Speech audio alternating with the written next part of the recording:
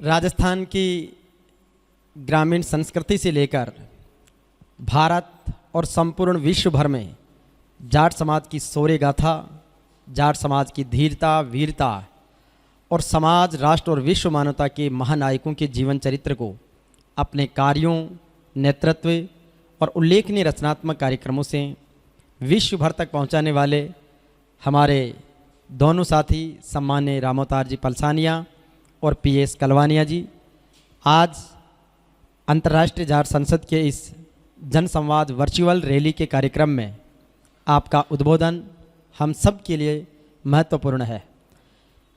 वर्ष 2019 में महाराजा सूरजमल जी की डॉक्यूमेंट्री फिल्म के विमोचन समारोह और अभिनंदन समारोह के बाद सतत रूप से और संकल्पशील होकर 1 मार्च 2020 को दिल्ली के विज्ञान भवन में विश्वव्यापी अंतर्राष्ट्रीय जाट संसद का आयोजन 62 से अधिक देशों के जाट जनप्रतिनिधियों का मिलन और वो कारवां अब लगभग शतक पूरा करने जा रहा है।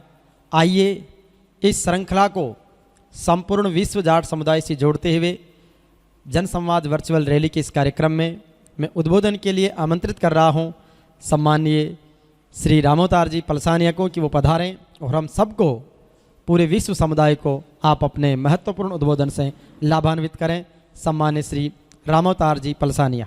जाट जनसंवाद वर्चुअल रैली में पधारे जाट समाज के वरिष्ठ आईपीएस अधिकारी बीआर गवाला जी, पूर्व विधायक और कुंभाराम जी आर्य की विरासत को संजोते हुए समाज को एक दिशा के रूप में मार्गदर्शन देने वाली सुचित्रा आर्य जी और हमारी कौम के वरिष्ठ नेता, जाट आरक्षण आंदोलन संघर्ष समिति के अध्यक्ष डॉक्टर हरि सिंह जी, आप सबके सामने इस अंतर्राष्ट्रीय जाट संसद के प्लेटफॉर्म से हमने जो वर्चुअल संवाद शुरू किया है, इसमें आप सबका और जाट सरदारी का जो ऑनलाइन के माध्यम से इस मंच पे जुड़ रही है, उन सभी का अभिनंदन और स्वागत है। साथियों, जो पिछले 3 महीनों से जो कोरोना महामारी, जो वैश्विक महामारी चल रही है, इस माध्यम से लोगों का जो जुड़ाव था वो एक तरीके से ख़त्म सा हो गया था। लेकिन टेक्नोलॉजी का ज़माना है और इस आधुनिक युग को एक नए रूप में आपके सामने जाट समाज का जो ये प्लेटफॉर्म है, इंटरनेशनल जाट पार्लियामेंट, इसके माध्यम से समाज के जो जितने भी महापुरुष हुए हैं, समाज के जितने भी लोग वरिष्ठ और हमारे मार्गदर्शक, हमारे आदर्श महापुरुष हुए हैं, उनके पुण्यतिथि, उनके बलिदान दिवसों के ऊपर आप सबके सामने समाज की जो यथास्थितियाँ, जो पुराने संघर्ष, जो पुराने पीड़ाएं थी समाज के, चाहे किसी भी दौर को ले, चाहे आज़ादी से पहले की हो, आज़ादी के बाद की हो या वर्तमान परिस्थितियाँ हो, इन सब परिस्थितियों के ऊपर जाट संसद के इस प्लेटफॉर्म के माध्यम से समाज के हर तबके की बात इस मंच के माध्यम से करी जाएगी। आप सबको आह्वान करना चाहते हैं हम कि आप भी आइए और इस प्लेटफॉर्म से जुड़िए और अपने मन की बात, अपने दिल की बात समाज के युवाओं से, समाज की आने वाली पीढ़ियों से, अपने गौरवशाली अतीत और गौरवशाली भविष्य के ऊपर चर्चा कीजिए इस प्लेटफॉर्म के ऊपर आकर के। आज 2 अगस्त किसान केसरी बलदेव राम मिर्धा जी की पुण्यतिथि है। इस पुण्यतिथि के ऊपर देश और दुनिया के अंदर जितने भी जाट समाज के होनहार युवा, हमारे इतिहासकार, हमारे प्रोफेशनल, जो भी लोग अपने अपने फील्ड में जो काम कर रहे हैं, उन सब लोगों को मैं आह्वान करना चाहता हूं कि जो किसान केसरी बलदेव राम मिर्धा जी ने जो जिंदगी जी है, जिन आदर्शों पे उन्होंने काम किया है किसानों के लिए और इस जाट समाज के लिए, उन वसूलों को, उन सिद्धांतों को आज याद करने का दिन है और उनके बताए हुए रास्ते पे चलने का ये सुनहरा अवसर है। इस पुण्यतिथि के माध्यम से मारवाड़ किसान सभा के जो कार्य थे, बलदेव राम जी के जो कार्य थे, मैं आपको एक एपिसोड बताना चाहता हूं कि सिक्कर में और जोधपुर के अंदर, पुष्कर के अंदर बलदेव राम मिर्धा जी, चौधरी सर छोटू राम जी और महाराजा भरतपुर के नेतृत्व में जो जाट समाज के अंदर जो जागृति का मैसेज और जागृति का जो अग्रदूत, जो क्रांति का संचार किया गया, आज हम युवाओं के बीच में भी वो एक मार्गदर्शक के रूप में विराजमान है। उन लोगों को हमें भूलना नहीं चाहिए, क्योंकि लोग बड़े बुजुर्ग बताते हैं कि अपने इतिहास के ऊपर, गौरवशाली इतिहास के ऊपर अपना सुनहरा भविष्य बना सकते हैं जब तक अपने महापुरुषों के बलिदान की जो गाथाएं हैं, उन गाथाओं को, उन पीड़ाओं को आने वाली पीढ़ियों के बीच में अपन नहीं रख पाएंगे तो हमें, मेरा मानना यह है कि आने वाली पीढ़ी हमें माफ़ नहीं कर पाएगी। क्योंकि हमारा कितना बड़ा गौरवशाली इतिहास है। महाराजा सूरजमल जी, सर छोटू राम, बलदेव राम, मिर्दा जी, रामदास जी डुकिया, एक नहीं हजारों ऐसे महापुरुष हैं जिनके बारे में, जिनका इतिहास हमें प्रेरणा देता है, गौरवान्वित महसूस करता है। इस मंच के माध्यम से मैं आप सबको आह्वान करता हूं कि आप आइए और इन महापुरुषों के ऊपर चर्चा कीजिए। समाज की जो परिस्थितियां चल रही है, समाज जिस संक्रमण के काल से गुजर रहा है, उस स्थितियों को आप समझिए और अपना गौरवशाली इतिहास को पहचानने की शुरुआत करिए। क्योंकि अपना इतना बड़ा गौरवशाली अतीत रहा है और वर्तमान की जो स्थितियां अपने समाज की है, आप देखिए किन स्थितियों में समाज आकर के फंसा हुआ है। हम सब का कर्तव्य और दायित्व बनता है कि हम हमारी समाज के लिए, हमारी पीढ़ियों के लिए जितना कर पाएं, हो सकता है हम बलदेव राम जी, मिर्दा जितना तो नहीं कर पाए, लेकिन उनके रास्ते पे चलने की शुरुआत तो कर सकते हैं। उस शुरुआत को आज 2 अगस्त से हमने इस वर्चुअल संवाद के माध्यम से, जब तक ये वैश्विक महामारी चलेगी, समाज के जो भी तात्कालिक मुद्दे होंगे उन मुद्दों को इस मंच के माध्यम से आपके बीच में लाने का प्रयास करेंगे। और पूरे हिंदुस्तान के जाट समाज को हम आह्वान करते हैं कि जिस भी व्यक्ति को इस मंच पर आकर के अपनी बात रखनी है, वो हम इस मंच के, इस प्लेटफॉर्म के ऊपर आकर के अपनी बात रख सकता है। आइए, आप सबके बीच के अंदर किसान केसरी बलदेव राम मिर्दा की पुण्यतिथि पर आपको सादर वंदन और नमन करते हैं और इस मंच के माध्यम से आप सबके लिए एक सुनहरा भविष्य, सुनहरा प्लेटफॉर्म, जो देश और दुनिया के अंदर आपने हमारा काम देखा है, आपने हमारी हिम्मत और हमारा जोश और जज्बा देखा है। हमने पिछले 10 सालों के अंदर समाज के लिए जितना भी कर पाए हैं, उन कार्यों के रूप में, उन माध्यम के रूप में समाज के सामने एक मिसाल कायम करी है। आपने पिछले दिनों में 1 मार्च 2020 को जो दिल्ली के विज्ञान भवन में अंतर्राष्ट्रीय जाट संसद का जो समागम, देश दुनिया के 62 कंट्री से जो जाट पधारे थे, उन लोगों के बीच में एक ऐसा मैसेज गया है कि समाज एक मंच पर आना चाहिए, अपनी बात रखनी चाहिए। जाट हरियाणा का नहीं, जाट उत्तर प्रदेश का नहीं, जाट दिल्ली का नहीं, हिंदुस्तान का, पूरे विश्व का जाट एक मंच पर है, एक प्लेटफॉर्म पर सिर्फ और सिर्फ एक मैसेज और संदेश देने की जरूरत है। और उस संदेश को हम सबको भांपते हुए, अपनी परिस्थितियों को समझते हुए, उन सब संदेशों को इकट्ठा करके अपन को एक आवाज़ बननी है जो देश और दुनिया में आने वाली पीढ़ियों के अंदर ये लगे कि इतिहास के अंदर का अगर कोई काम हो पाया है तो जाट समाज के बीच में इस प्लेटफॉर्म के माध्यम से हो पाया है। और मैं आप सबसे आह्वान करता हूं कि आइए और इस प्लेटफॉर्म के माध्यम से जुड़िए। जय हिंद, जय भारत, जय भगवान, जाट बलवान। बहुत बहुत धन्यवाद आदरणीय पिलसानिया जी, जिन्होंने संपूर्ण विश्व जाट समुदाय का आह्वान अंतर्राष्ट्रीय जाट संसद की इस मंच के लिए किया। आपका हार्दिक आभार। अंतर्राष्ट्रीय जाट संसद की इस वर्चुअल जनसंवाद में अपना उद्बोधन रखने के लिए मैं सम्मानित श्री PS कलवाणे जी को आमंत्रित करता हूं, जिन्होंने सत्यवादी गौरक्षक, लोकनायक, विश्व के महानायक सत्यवादी वीर तेजा जी की जन्मस्थली से लेकर संपूर्ण विश्व भर में जाट समाज की आवाज़ को मुखर किया। आपने अपनी पैनी लेखनी, मुखर आवाज़ और स्पष्टवादिता से समाज के मुद्दों को हर मौके पर समुचित रूप से आगे रखा और उसके साथ साथ युवाओं के नेतृत्व को आपने एक नई आवाज़ और नई दिशा दी है। अंतर्राष्ट्रीय जाट संसद के मंच के माध्यम से भी और इससे पूर्व the great Maharaja Surajmal documentary film के माध्यम से समाज के विभिन्न मंचों पर आपने अपनी आवाज़ को मुखर रखे, समाज के युवाओं को और सबको साथ लेकर चलने का एक बड़ा संदेश दिया है। आज हृदय तल की गहराइयों से इस अंतर्राष्ट्रीय जाट संसद के मंच पर, जो आपके द्वारा ही आपके लिए और अपने सब लोगों के लिए समर्पित है, उस वर्चुअल जनसंवाद में आपका महत्वपूर्ण उद्बोधन सुनने के लिए संपूर्ण विश्व जाट समुदाय आतुर है। आइए आप पधारें। सम्मानित श्री PS कलवाणिया जी वो पधारें और हम सबको उद्बोधन देकर लाभान्वित करें। किसान केसरी बलदेव राम जी मिर्दा की पुण्यतिथि के अवसर पर जाट जनसंवाद रैली में सभी जुड़े हुए भाइयों का मैं हृदय की गहराई से अभिनंदन करता हूं, स्वागत करता हूं।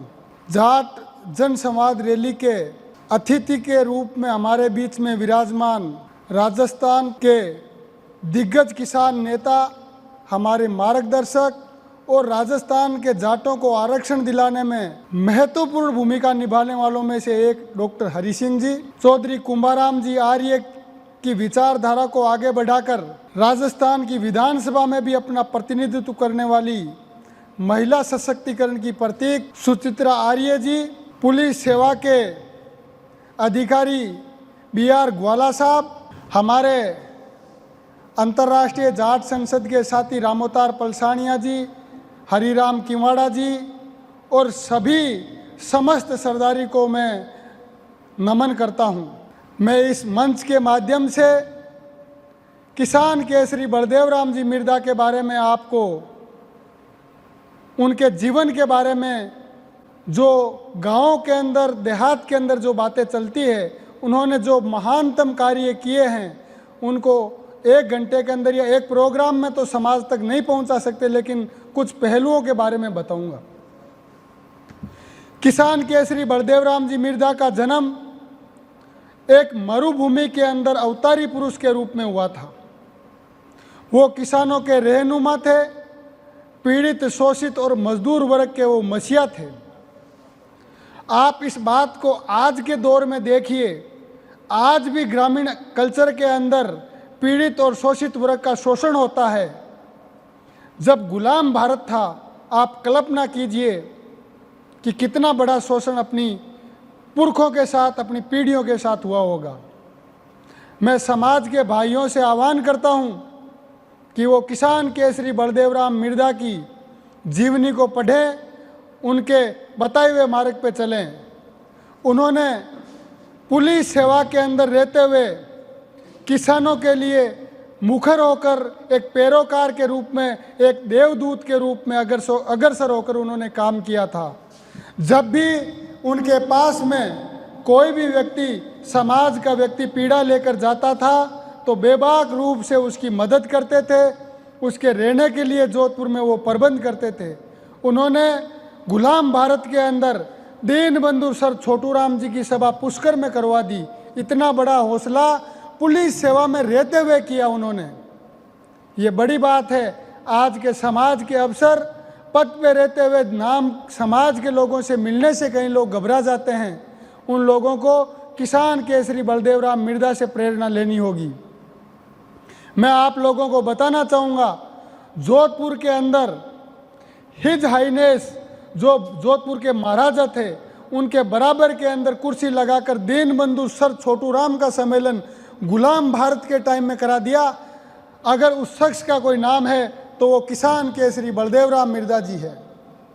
मैं इस अवसर पर भरतपुर रियासत के समस्त महाराजाओं को भी मैं नमन करता हूँ, क्योंकि उन्होंने भी हमारी कौम को दिशा देने के लिए और पीड़ित शोषित वर्ग की मजबूत आवाज़ बनने का उन्होंने जो काम किया है, उसके लिए मैं भरतपुर की समस्त सरदारी को भी मैं नमन करता हूँ। किसान केसरी बलदेव राम मिर्दा जी के नेतृत्व में किसानों के अंदर जागृति लाने का काम हुआ। गांव-गांव, ढाणी-ढाणी में उन्होंने शिक्षा की क्रांति लाने का लिए, ग्रामीणों को जागरूक करने के लिए कि अपने बेटों बेटियों को शिक्षा में पढ़ाओ। जब तक वो शिक्षित नहीं होंगे उनका कोई भविष्य नहीं है, वो अंधकार में रहेंगे। उन्होंने कुरीतियों के खिलाफ भी उन्मूलन चलाया। उन्होंने मृत्यु भोज का विरोध किया। उन्होंने जो उस टाइम के अंदर पीड़ित शोषित वर्ग था, उनको उत्थान के लिए उन्होंने काम किया। गरीब बच्चों को हॉस्टल के अंदर रख के उनको पढ़ाई कराने का जिम्मा भी किसान केसरी बलदेव राम मिर्दा जी ने लिया था।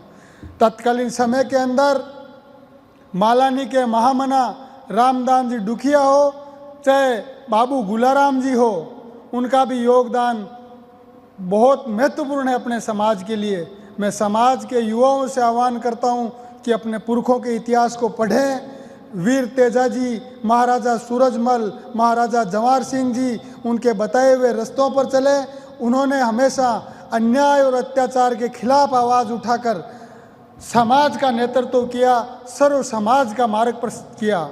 मैं आज भी अपने समाज के युवाओं से, अपने समाज के सभी प्रबुद्धजनों से निवेदन करता हूँ कि वो अन्याय अत्याचार के खिलाफ अपने समाज को एकजुट करने में हमेशा आगे बढ़कर कार्य करें और समाज की नई पीढ़ी है वो अपने पुरखों के इतिहास को बढ़ाते हुए उन्हें पढ़ें और उसका चिंतन और मनन करें।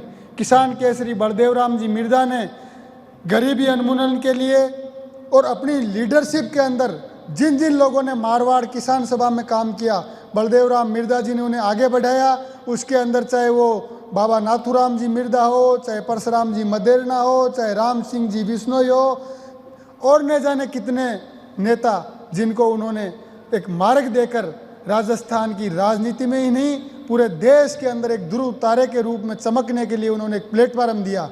मैं समाज के युवाओं से आह्वान करता हूं कि अपने पुरखों के बताए रास्ते पर चले। और मैं अब ज़्यादा समय नहीं लूँगा क्योंकि हमारे बीच में डॉक्टर हरी सिंह जी, सुचित्रा जी और BR ग्वाला साहब भी अपना प्रबुद्धजन के रूप में जो समाज को मार्गदर्शित करेंगे। इसके लिए मैं मेरी वाणी को विराम देता हूँ। बहुत बहुत धन्यवाद, बहुत बहुत आभार।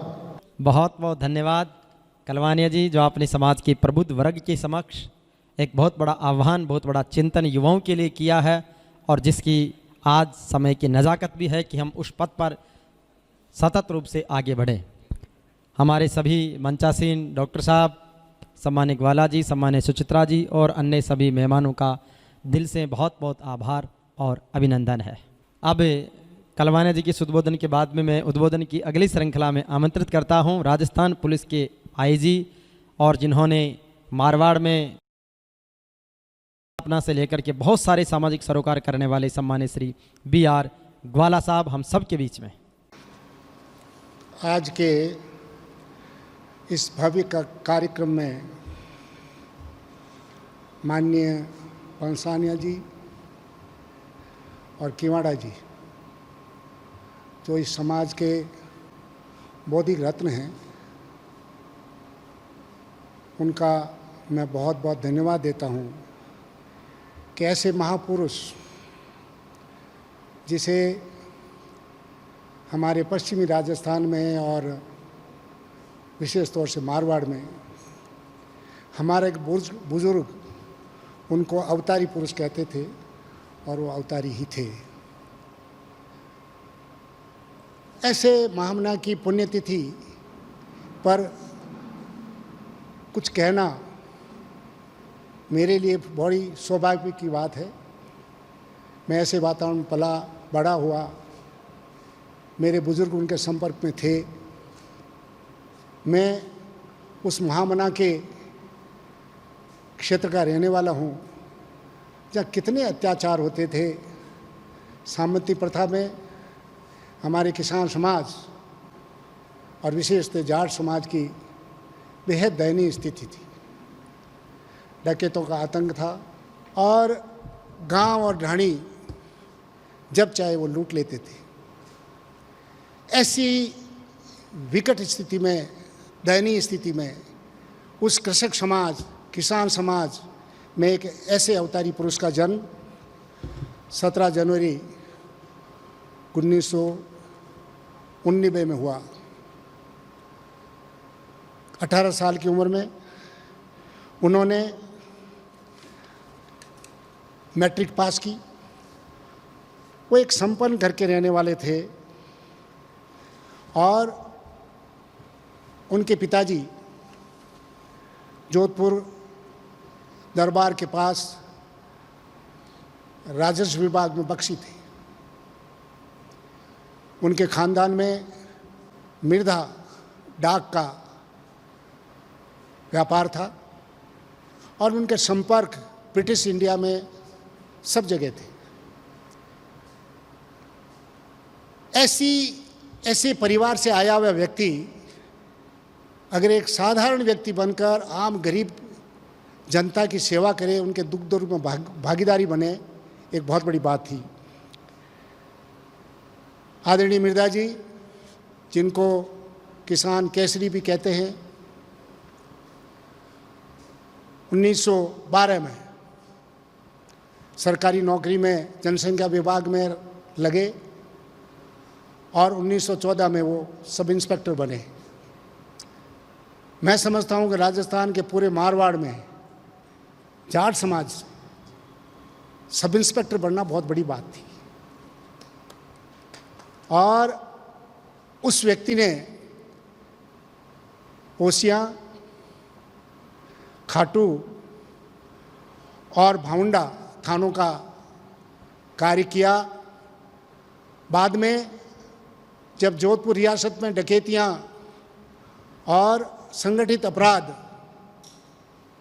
ज़्यादा होने लगे तो बम्बई से एक आईपी ऑफिसर थे, आईपी ऑफिसर बहुत बड़ी बात होती है, उनको जोधपुर रियासत ने आईजी बनकर बुलाया, जिनका नाम कोटेवाला था। कोटेवाले जी ने सब अपने जो मुलाजिम थे उनके इंटरव्यू लिए और अपने रीडर के लिए बलदेव राम जी का चयन किया। बहुत सुंदर, बलिष्ठ और बहुत ही प्रबल वाणी के वक्ता थे वो। उनके काम से प्रसन्न होकर उनको इंस्पेक्टर बनाया और जोधपुर रियासत में होने वाली डकैतियां का उन्मूलन के लिए उनको जिम्मा दिया। उन्होंने रणजीत सिंह, भूरजी और बहुत बड़े बड़े डकैत थे, उनका उन्मूलन किया। इस पर उनको 1926 में एसपी जोधपुर लगा दिया गया। एसपी जोधपुर लगाना और वो भी रियासत काल में इस समाज के व्यक्ति का एक बहुत बड़ा दायित्व था। उनके अंदर पुलिस विभाग की तरह ये सोच थी कि आम आदमी के दर्द कितना बड़ा है, कितना बड़ा अत्याचार हो रहा है। उन लोगों के संपर्क में रहे, वो उनके घर पर लोगों को बुलाते, उनकी वेदना सुनते और उनका समाकरण करते। हालात ये हो गए कि जोधपुर स्टेट में जो भी संगठित अपराध, जिसमें एक मीठड़ी कांड था, मीठड़ी के ठाकुर साहब ने जोधपुर रियासत की मुद्रा का फर्जी संचालन किया, फर्जी मुद्रा बना दी और पता नहीं लगा वो मुद्रा मुल्तान में पकड़ी गई। उसकी जांच किसको दी जाए, तो बलदेव राम जी को वो जांच दी और उन्होंने सब जगह भ्रमण कर असली अपराधी जो मीठड़ी के ठाकुर साहब थे उनको साबित कर दिया कि अपराधी हैं। जोधपुर स्टेट ने उनकी जागीरदारी जब्त करने की कार्रवाई की। सभी जागीरदार उनके विरुद्ध हो गए कि एक जाट ठाकुर के खिलाफ जांच कैसे कर सकता है। परंतु हिजाने जोधपुर तत्कालीन उमेश सिंह जी के उनके संबंध बहुत अच्छे थे, उन्होंने इसको दरकिनार किया और उनको इनाम से नवाजा गया। बाद में अचानक उनका तबादला जालौर कर दिया। जोधपुर के अंदर सांप्रदायिक दंगा हो गया। जोधपुर महाराज ने बलदेव राम जी को याद किया तो पता लगा कि उनका तबादला जालौर कर दिया गया है। तत्काल उनकी पोस्टिंग तार द्वारा आदेश कर जोधपुर की गई और 2 दिन के अंदर उस दंगे का उन्होंने खात्मा कर दिया। बलदेव राम जी का पूरा जीवन संघर्ष में बीता। इस समाज में जो आज जागृति है उसमें राजस्थान के अंदर 2 नाम बहुत बड़े हैं। पहला नाम बलदेव राम जी मिर्धा का और दूसरा कुंभाराम जी का। 1925 में पुष्कर में एक जाट सम्मेलन हुआ था जिसमें सर छोटूराम पधारे थे और हिजाइनेस भरतपुर ने उस सम्मेलन की अध्यक्षता की थी। वहाँ जो बात छोटूराम जी ने कही कि कृषक समाज को अगर आगे बढ़ना है तो बच्चों को पढ़ाओ और सशक्त बनो और बोलने की आदत डालो, उसी से प्रभावित होकर जोधपुर के अंदर 1925 में ही बसंत पंचमी के दिन चौधरी गुलाराम जी ने अपने घर से किसान छात्रावाद की शुरुआत की और 1927 में बलदेव राम जी ने उस बोर्डिंग हाउस के लिए 10,000 रुपये, उस वक्त 10,000 मायने रखते हैं, एकत्रित कर एक पुरानी हवेली खरीद कर उसमें किसान छात्रावास प्रारंभ किया। उसी छात्रावाद की देन है जिसमें आदरणीय परशुराम जी मदेरणा, नाथुराम जी मिर्दा, पूनम चंद जी बिश्नोई, राम सिंह बिश्नोई, भगराज जी चौधरी और अनेक गांव के बच्चे आकर पढ़े। कोई सरकारी नौकरी में गए और कुछ राजनेता बने। बलदेव राम जी का सोच था कि राजनीति के साथ साथ या सरकारी नौकरी के साथ साथ जब तक समाज सुधार का काम नहीं करोगे ये समाज आगे नहीं बढ़ेगा। तो अगर आप उनकी तुलना करें कि बलदेव राम जी राजनेता ज़्यादा थे, समाज सुधारक ज़्यादा थे या शिक्षा प्रेमी ज़्यादा थे, तो आप उसमें कोई फ़र्क नहीं पाओगे। तीनों ही फील्ड में उन्होंने बहुत ज़्यादा काम किया। 1925 के इस आंदोलन के बाद जब 1934 में सीकर में एक यज्ञ हुआ और यज्ञ में जाट समाज ने हर घर से 1 किलो घी और चारा ने इकट्ठे किए। आदमी महिलाएं उसमें शामिल हुई। हजारों की तादाद में लोगों ने 10 दिन चलने वाले इस यज्ञ में भाग लिया। एक सामाजिक क्रांति का उत्थान हुआ। 124 मन घी उस यज्ञ में काम में लिया गया। आप सोचिए कितना बड़ा वर्ध स्तर पर वो काम हुआ था। पश्चात बलदेव राम जी ने जब डकैती और जागीरदारों का अत्याचार का बढ़ना नहीं रुका तो 1937 में परबसर के मेले के अंदर एक जाट किसान सभा का एक आयोजन किया और उसके बाद 1941 में उन्होंने किसान सभा, मारवाड़ किसान सभा का सुमेर स्कूल के अंदर शुरुआत की। 1943 में ही उन्होंने इतना बड़ा सम्मेलन किया जिसमें चौधरी छोटूराम जी, सर छोटूराम जी को बुलाया गया। उस सम्मेलन में जोधपुर हिजाने उमेश सिंह जी स्वयं, उनके भाई अजीत सिंह, बलदेव राम जी मिर्दा और सर छोटूराम चारों एक कुर्सी पर, चारों सामने मंच पर कुर्सियों में बैठे थे और हजारों की तादाद में समाज सामने बैठा था। उस विशाल रूप को देख करके महाराज उमेश सिंह जी ने बलदेव राम जी की शक्ति का आकलन कर लिया और उनके मांग पत्र पर ही जोधपुर स्टेट में होने वाली बाट बेट बेगार के बारे में एक आयोग बैठाया और ज़मीनों के बारे में कि ज़मीनों की नाप तुलाई हो, सेटलमेंट हो, तो सेटलमेंट का काम चालू किया। आप देखिए जब गांव सेटलमेंट का काम चालू होने लगा तो जागीरदारों ने उनके खिलाफ बगावत कर दी। ज़मीनों का नाप तोल जब शुरू हुआ तो देखा ज़मीन हमारा हाथ से जाएगी। अंततोगत्वा बलदेव जी मिर्दा को पुलिस के डीआईजी पद से हटा दिया गया और एक आम महकमे में लगा दिया। मिर्दा साहब ने 1947 के जनवरी में ही जब देखा कि मुझे इस काम करना है समाज का, उन्होंने नौकरी छोड़ी और पूर्ण रूप से समाज की सेवा में समर्पित हो गए और एक ऐसी टीम की रचना की। मारवाड़ किसान सभा के अंदर जो लोग थे उसमें आधे मेंबर वो है जो बाद में मेंबर जो एमएलए बने या मिनिस्टर बने। परशुराम जी भी थे जिसमें, भगराज जी भी थे, पूनम चंद जी बिश्नोई भी थे, उसमें नरसिंह जी कछवा भी थे, रामदान जी जो एक बहुत बड़ा नाम है जो गंगाराम जी के पिताजी थे वो भी उसमें शामिल थे जो एमएलए रहे, और गंगाराम जी उनके पुत्र जो बाद में रेवेन्यू मिनिस्टर रहे और जिन्होंने बाड़मेर के अंदर वो काम किया है स्त्री शिक्षा में जो आज सबको पता है। ऐसे बड़े व्यक्ति कम होते हैं। 1900 भारत की आज़ादी के बाद जब कृषक समाज को एक करना था और किसान सभा, मारवाड़ किसान सभा को जयपुर के अंदर चौधरी कुमाराम जी के से प्रभावित होकर वो एक की गई मारवाड़ किसान सभा को राजस्थान किसान सभा में परिवर्तित कर दिया गया, जिसके अध्यक्ष बलदेव राम जी बने। चौधरी कुमाराम जी और हरलाल सिंह जी, वो जो है उनके सरदार, वो उनके सदस्य बने। अभी आपने देखा होगा इस प्रांगण में चौधरी रामराज के नाम लिखा हुआ है, वो भी उस किसान सभा के मेंबर थे, जो आज संस्था में जिस जगह से हम बोल रहे हैं।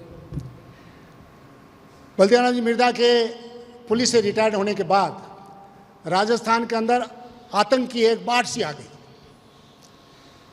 और डाबड़ा कांड हुआ, जिसमें कई किसानों की जागीरदार उन्होंने हत्या कर दी। बलदेव राम जी भी जाने वाले थे, वो नहीं जा पाए। बलदेव राम जी जब जिस मीटिंग में जाते, गांव में जागीरदार इकट्ठे उनको धमकाते, डराते। ऐसे ही जालोर के अंदर एक गांव में जब बलदेव राम जी गए तो जागीरदार इकट्ठे होकर के उनको कहा कि आप जाइए, नहीं तो हम गोलियां चलाएंगे।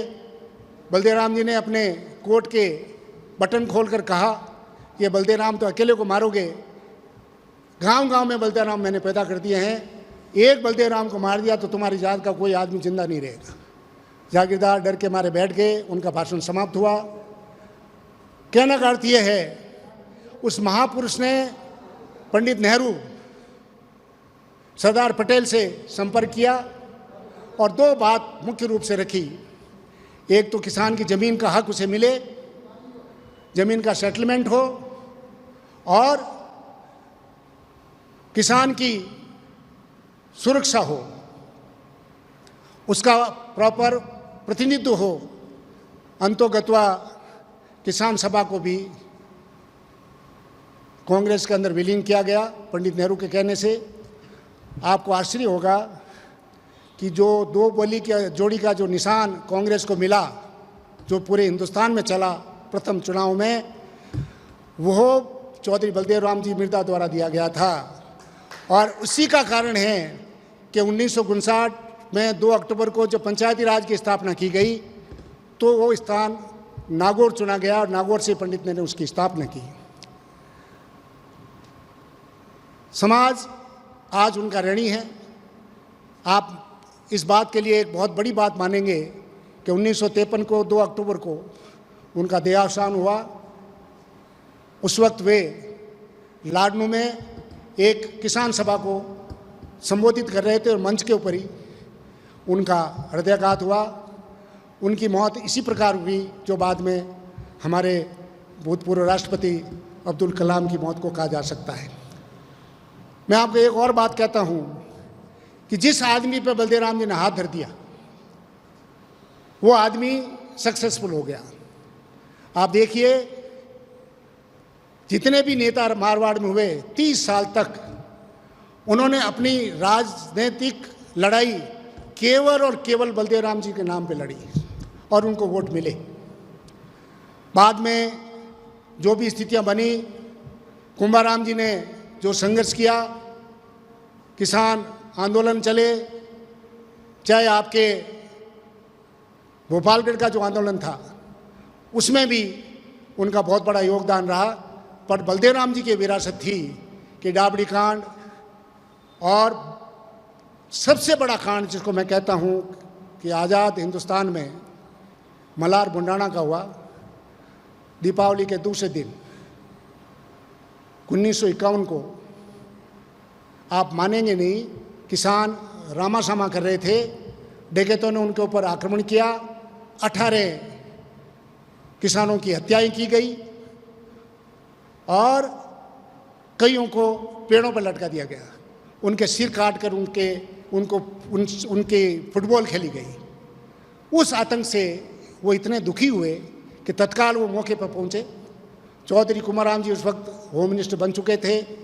उन्होंने तत्कालीन आईजी मिश्रा को साथ लेकर मौका देखा।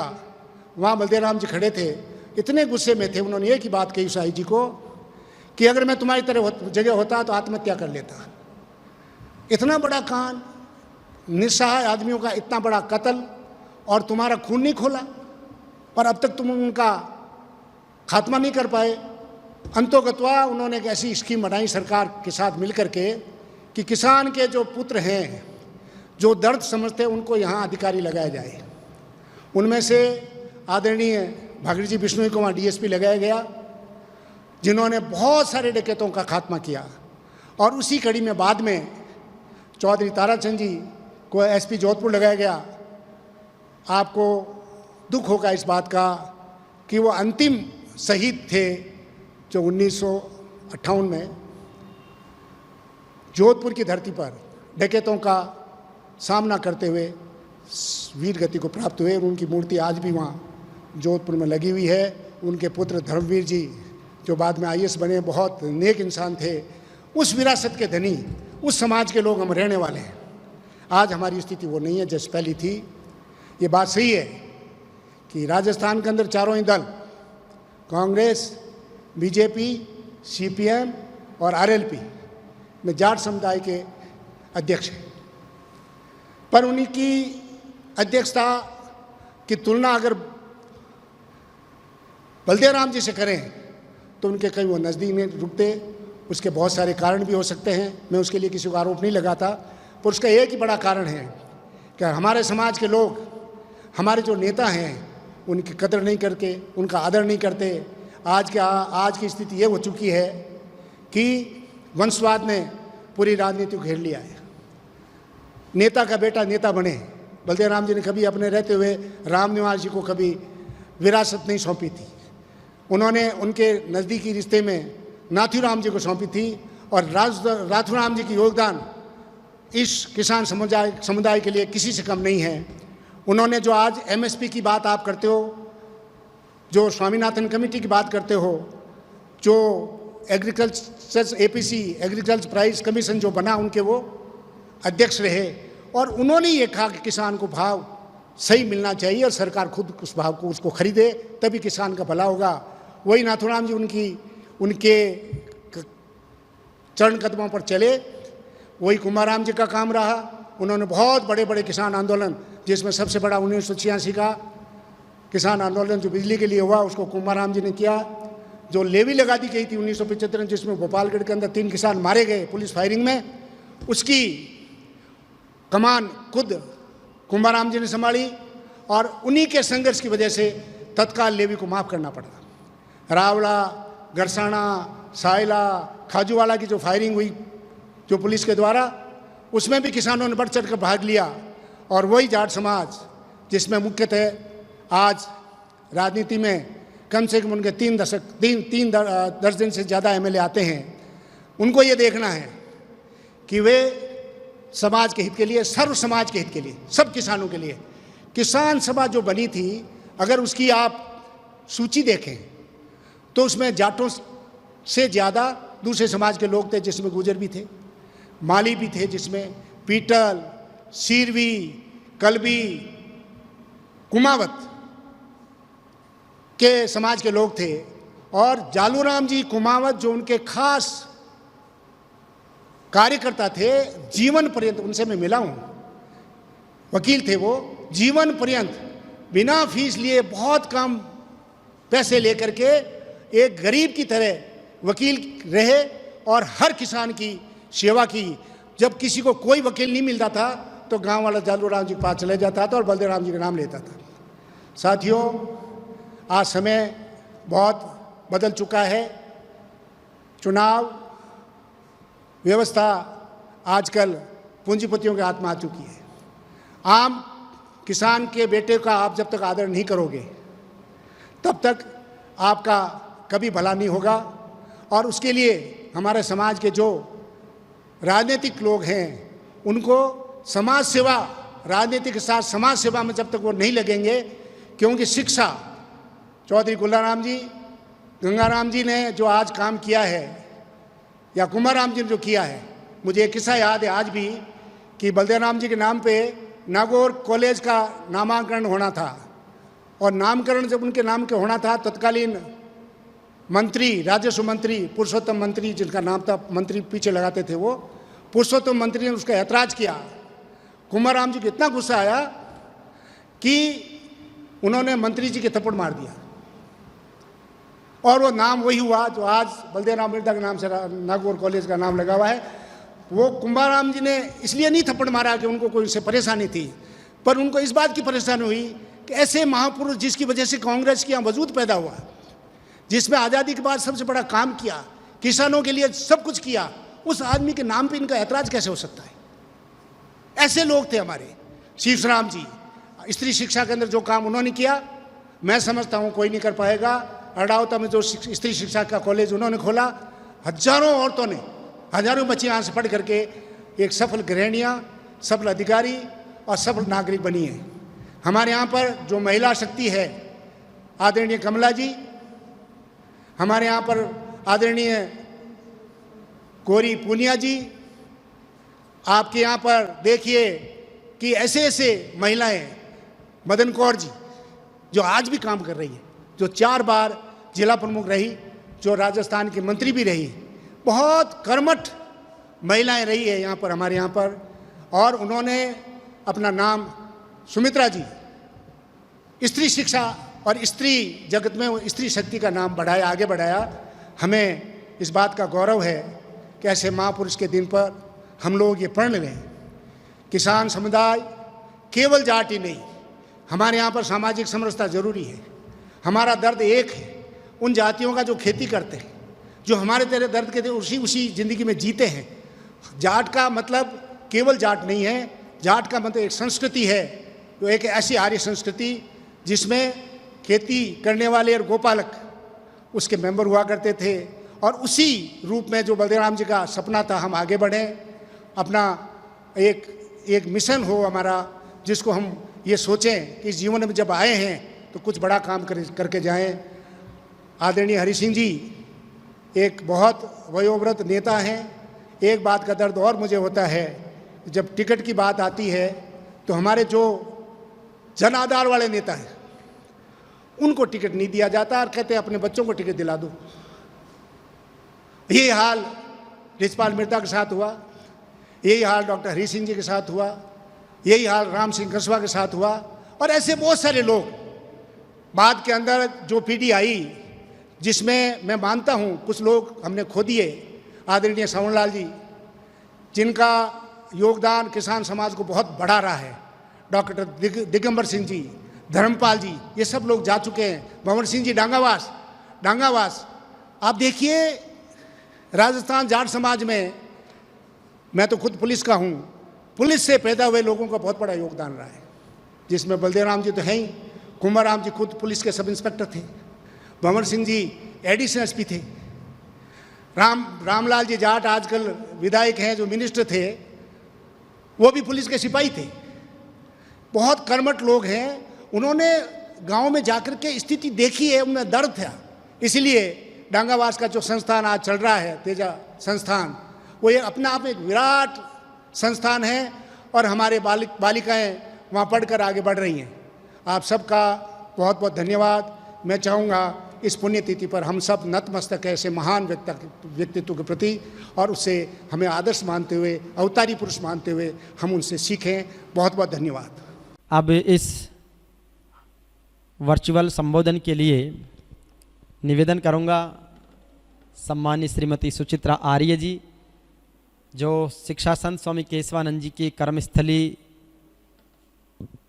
नौहर से विधायक रही है, और साथ ही चौधरी कुंभाराम आर्य किसान सेवा ट्रस्ट की अध्यक्षा है, और उसके साथ चौधरी साहब की विचारधारा को जन जन तक पहुँचाने और उनके आदर्शों को प्रेरित करने के लिए लगातार संकल्पशील हैं। आज अंतर्राष्ट्रीय जाट संसद के इस मंच पर आपका हार्दिक अभिनंदन और स्वागत है कि आपने महिला सशक्तिकरण की आवाज़ को, समाज के हितों की पैरवी को और सबको साथ लेकर चलने की भावना का परिचय देकर हम सबका गौरव बढ़ाया है। आदरणीय सुचित्रा आर्य जी।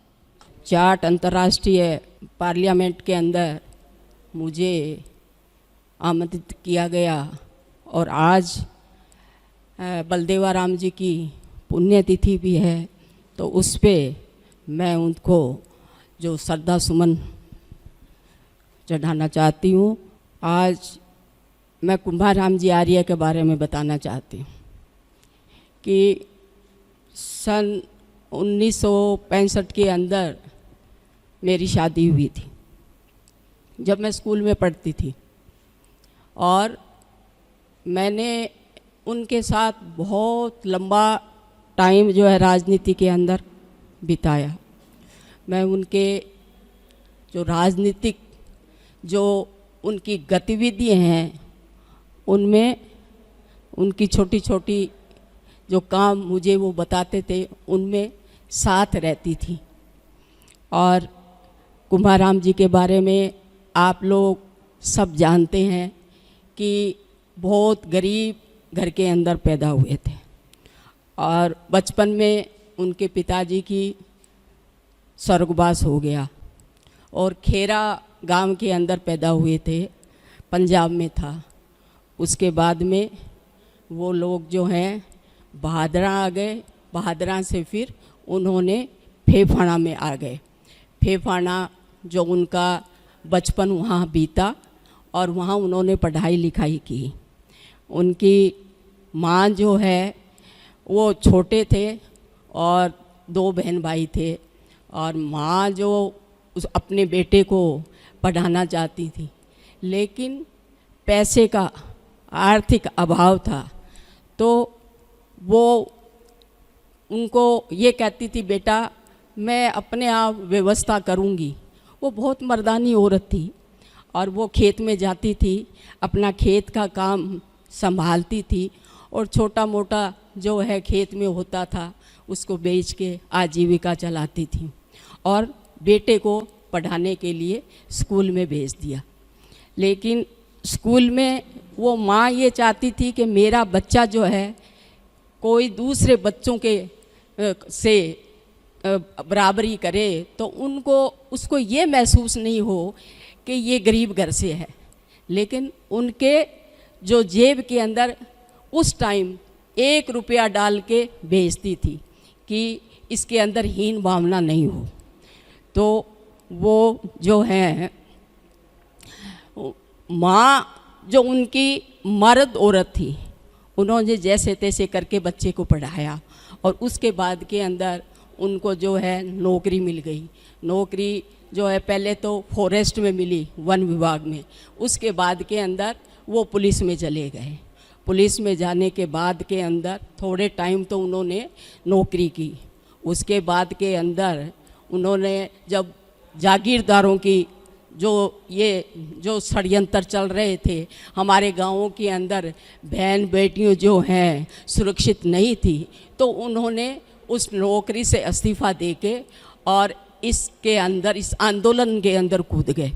और आंदोलन के अंदर कूदने के बाद के अंदर वो राजनीति के अंदर आ गए।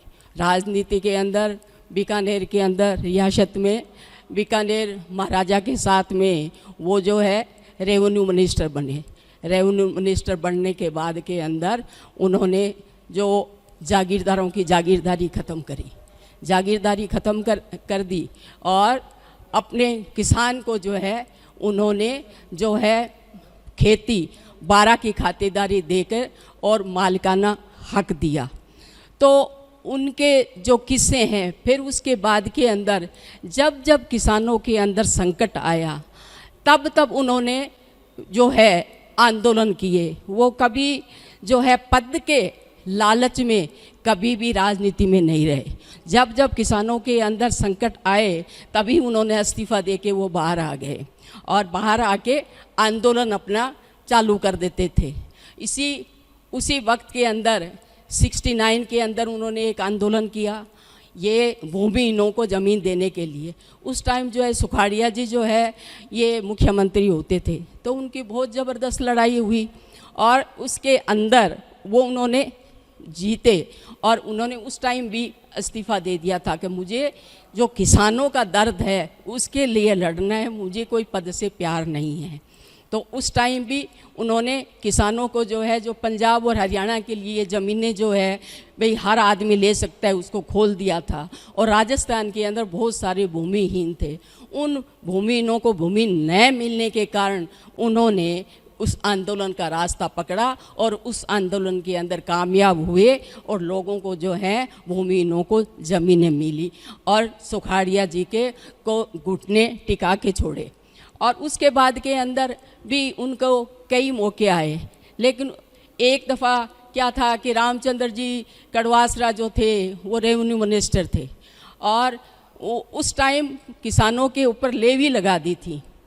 और जब इनको ये पता चला कि भाई ये लेवी किसानों पे लगा दी है और इस लेवी से छुटकारा दिलाने के लिए हमको वापस से संघर्ष करना पड़ेगा, तो वो क्या करते थे, गांव के अंदर मीटिंग करके कह दिया और एक वो घंटा बार घंटी बजाए रखते थे। कहते भाई 1 घंटी बजे तो सारे के सारे किसान हैं जो गाँवों के इकट्ठे हो जाया करो और जो है इनकी खिलाफत करने के लिए, जिससे कि अपने को आंदोलन करना है।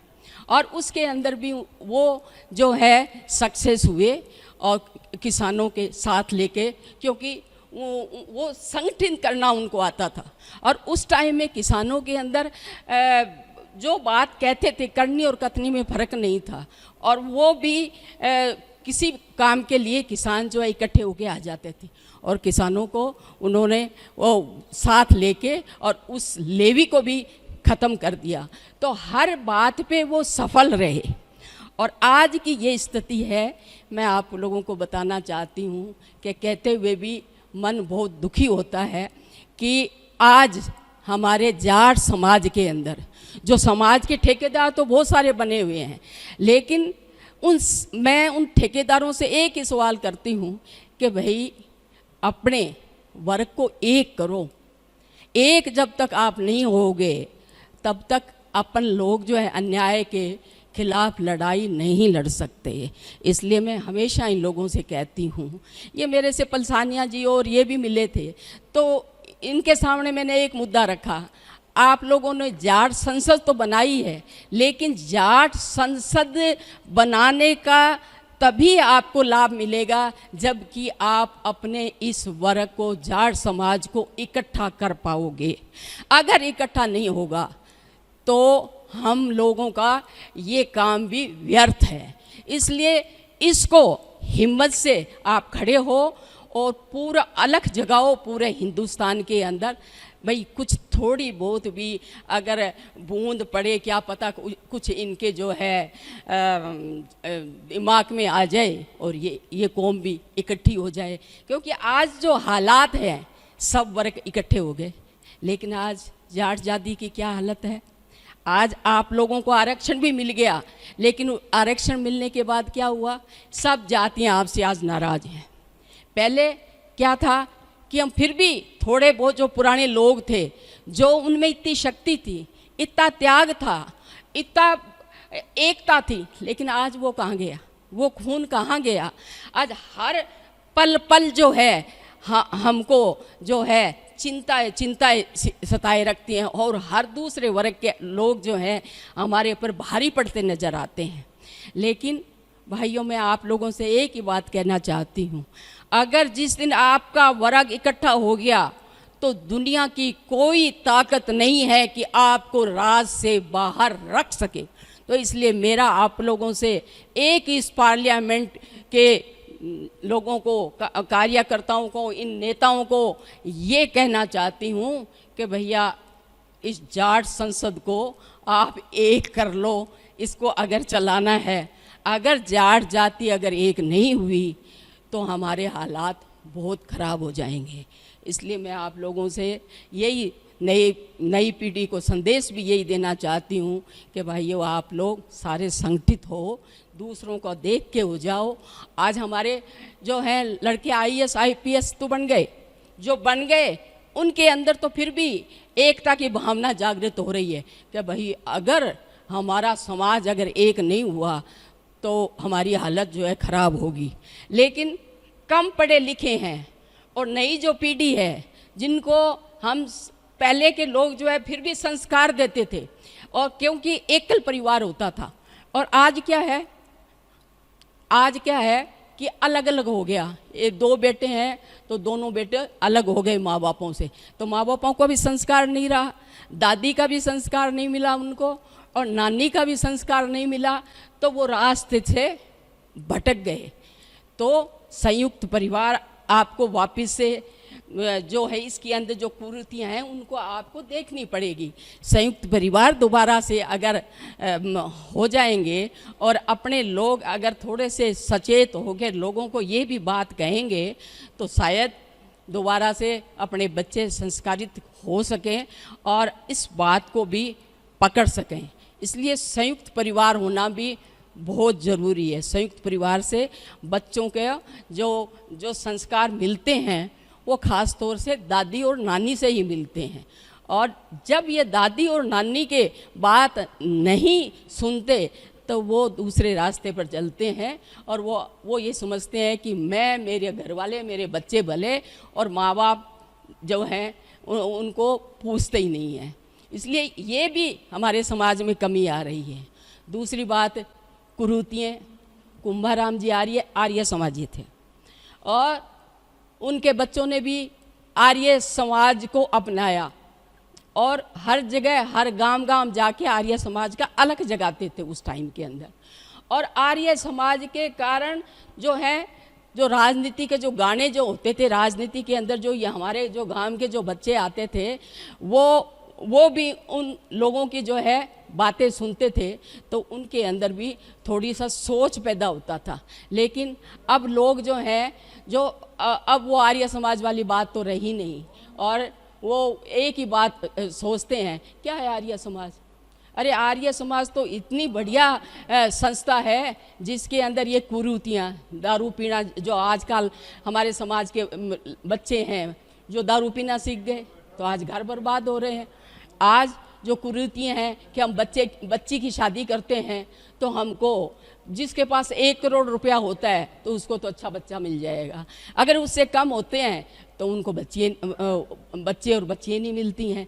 इसलिए ये कुरीतियाँ भी छोड़नी पड़ेगी, और हम जो है बूढ़ा बूढ़ियों के पीछे जो ये खर्च करते हैं, उसी खर्च से अगर हम कोई हॉस्पिटल बनाएं, कोई कॉलेज बनाएं, कोई गांव के अंदर धर्मशाला बनाएं, अगर इस तरह के काम करेंगे तो वो पूर्वजों की, बड़े लोगों की जो है, जो नाम से वो संस्था जो है जिंदा रहेगी और पीढ़ियों तक उस आदमी का नाम रहेगा।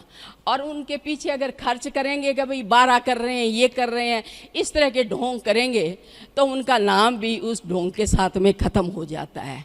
तो मेरा आप लोगों से यही निवेदन है, आपके पंचायत के, संसद के जो अग्रिम जो हैं पलसानिया जी और कलवानिया जी और भाई उसका क्या नाम है, हरिराम जी, इन सब लोगों से यही निवेदन है कि भाई इन सब बातों को आप जोड़ के आगे करो और सब वर्ग को इकट्ठा करो, जिससे कि ये संसद आपका जो है कामयाब हो सके।